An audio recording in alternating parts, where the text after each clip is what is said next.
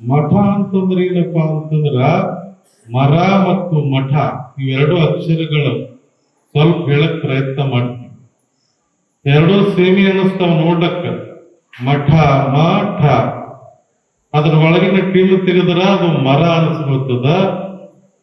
ಆ ರಕ್ ಒಂದ್ ಒಳಗೆ ಟಿಮ್ ಇಟ್ಟಿವ ಅಂತಂದ್ರ ಮಠ ಅನ್ಸ್ಕೊತದ. ಈ ಮಠಕ್ಕೂ ಮತ್ತು ಮರಕ್ಕೂ ಬಹಳ ಸಾಮ್ಯತೆ ಅದ, ಅಂದ್ರೆ ಬಹಳ ಒಂದೇ ಅರ್ಥ ಅದ. ಏನದಪ್ಪ ಅಂತಂದ್ರ ಮರ ಏನು ಮಾಡ್ತದ, ಬೇಸಿಗೆಯಲ್ಲಿ ಬಹಳ ಬಸವಳಿದು ಬಿಸಿಲು ತಾಪದಿಂದ, ಝಳದ ತಾಪದಿಂದ ನೊಂದಿರ್ತಕ್ಕಂಥ ಮನುಷ್ಯನಿಗೆ ನೆರಳನ್ನು ಕೊಟ್ಟು, ಆಶ್ರಯವನ್ನು ಕೊಟ್ಟು, ಅವನಿಗೆ ಹಣ್ಣು ಹಂಪಲಗಳನ್ನು ಕೊಡುವುದರ ಜೊತೆಗೆ ಒಳ್ಳೆ ರೀತಿಯಾಗಿರ್ತಕ್ಕಂಥ ಸಂಜೀವಿನಿ ಆಗಿರ್ತಕ್ಕಂಥ ಒಳ್ಳೆ ಶುದ್ಧವಾದಂಥ ಆಮ್ಲಜನಕವನ್ನ ಕೊಡುತ್ತದೆ. ಅಂದ ಬಳಿಕ ಮರ ಅಂತಕ್ಕಂಥದ್ದು ಏನದಲ್ಲ, ಅದು ಮಠದ ಉಪಾಧಿಯಲ್ಲಿ.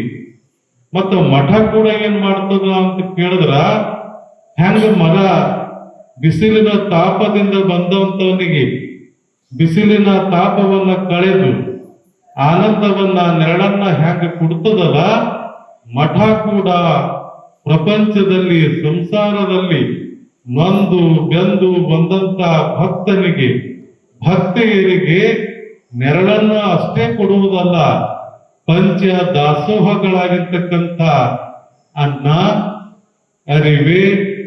ಅರಿವು, ಆಶ್ರಯ, ಔಷಧಗಳನ್ನ ಕೊಟ್ಟು ಮರದ ರೀತಿಯಲ್ಲಿ ಕಾಪಾಡ್ತಕ್ಕಂಥ ಒಂದು ಶಕ್ತಿ ಅದು ಇನ್ನೊಂದು ವಸ್ತುವಿಗೆ ಅದ ಅಂತಂದ್ರ ಅದು ಮಠ ಅಂತಕ್ಕಂಥ ಮಾತನ್ನ ನಾವು ಯಾರೂ ಕೂಡ ಮರೆಯಬಾರದು.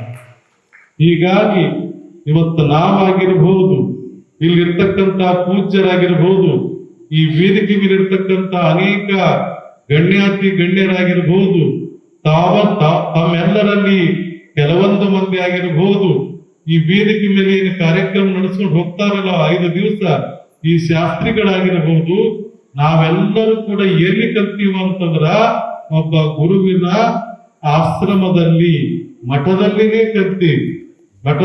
ಕಲ್ತೀವಿ.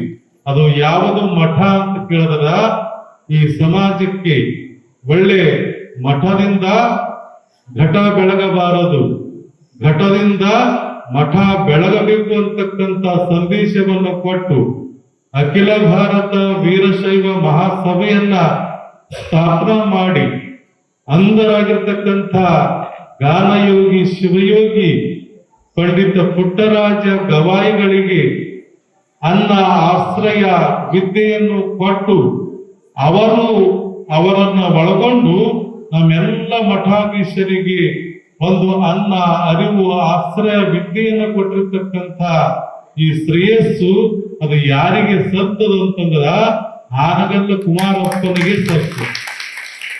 ಅಂತ ಕುಮಾರೇಶ್ವರರ ಮಠ ಬಹುಶಃ ನನಗನಿಸ್ತದೆ, ಹಾನಗಲ್ಲ ಗುರುಕುಮಾರ ಶಿವಯೋಗಿಗಳು ಈ ಸಮಾಜದಲ್ಲಿ ಜನಿಸದೇ ಇದ್ದರೆ ಈ ಮಠಗಳು, ಮಠದ ಭವ್ಯ ಪರಂಪರೆ, ಈ ಸಂಗೀತ, ಈ ಸಾಹಿತ್ಯ, ಈ ಎಲ್ಲ ಸಾಂಸ್ಕೃತಿಕವಾಗಿರ್ತಕ್ಕಂಥ ಕಾರ್ಯಕ್ರಮಗಳು ನಮಗೆ ನೋಡ್ಲಿಕ್ಕೆ ಸಿಗ್ತಾ ಇದ್ದಿದ್ದಿಲ್ಲ.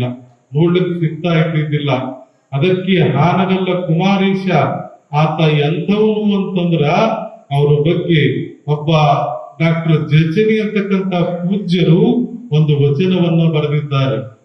ಬಹಳ ವಚನ ಬರೆದಾರ. ಇದು ಸ್ಪೆಷಲಿ ಅವರಿಗಾಗಿ.